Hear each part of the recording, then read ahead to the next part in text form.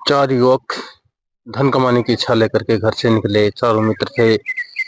रास्ते में उन्हें एक संत मिले और उनसे पूछा कि हम धन चाहते हैं, हमें धन किस दिशा में मिलेगा।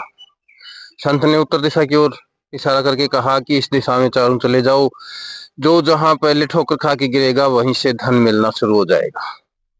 मित्रों, चारों चलते रहे। एक मित्र को ठोकर लगी, गिरा और वहां से खोदा गया, वहां से तांबा निकला। उसने तांबा इकट्ठा किया और अन्य तीन मित्रों को कहा कि हम तांबे से व्यापार कर सकते हैं, इसे बेच सकते हैं, चलो मेरे साथ, अब हमें आगे बढ़ने की आवश्यकता नहीं है। किंतु तीन मित्र नहीं माने और वो अकेला मित्र तांबा जितना चल सकता था उसे बांध करके वापस आ गया। आगे और बढ़े। दूसरा मित्र ठोकर खा के गिरता है, वहां से खोदते हैं, चांदी निकलती है।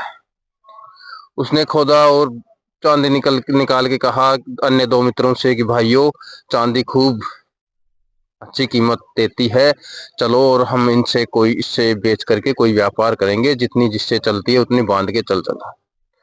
दो मित्रों ने कहा कि नहीं, तुम जा सकते हो। बचे दो मित्र। वो जब आगे बढ़े तो उनमें से एक को ठोकर लगी और नीचे गिरा और वहां से खोद के देखा तो सोना निकला। तो उस तीसरे मित्र ने चौथे मित्र को समझाया, मित्र, सोना बहुत कीमती धातु है, इसे बांध लो जितना चाहिए और अपन यहाँ से वापस चलते हैं, अब हम खूब धनवान हो जाएंगे। किंतु इन सब को देख करके चौथे मित्र के मन में बहुत भयंकर लालच पैदा हो जाता है कि इससे आगे तो हीरे जवाहरात ही मिलेंगे। तीसरे मित्र को विदाई देने के बाद चौथा मित्र आगे बढ़ जाता है। आगे चलते चलते बर्फीले क्षेत्र आ जाते हैं, चारों तरफ बर्फ ही बर्फ है, किंतु वो न तो गिरता है न वो खोदता है। वहां सामने से उसके पास एक व्यक्ति आता है जिसके सर के ऊपर चक्कर घूम रहा है और वह लहूलुहान है। और जैसे ही वो व्यक्ति उसके सामने पहुंचता है तो उसका चक्कर उतर के उसके खोपड़ी में घूमने लग जाता है और वो लहूलुहान हो जाता है।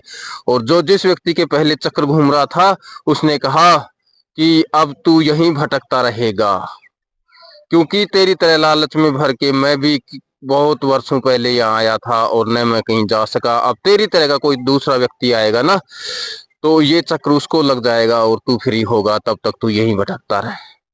मित्रों, सच्चाई यही है कि इतना लालच भी अच्छा नहीं। हर व्यक्ति लालची होता है, सबको लालची होना भी चाहिए, किंतु इतना लालच भी अच्छा नहीं है कि अच्छी अपॉर्चुनिटी आने के बाद हम उसको छोड़ दें और उससे अच्छी के चक्कर में लाइफ स्पॉइल कर ले। Thank you.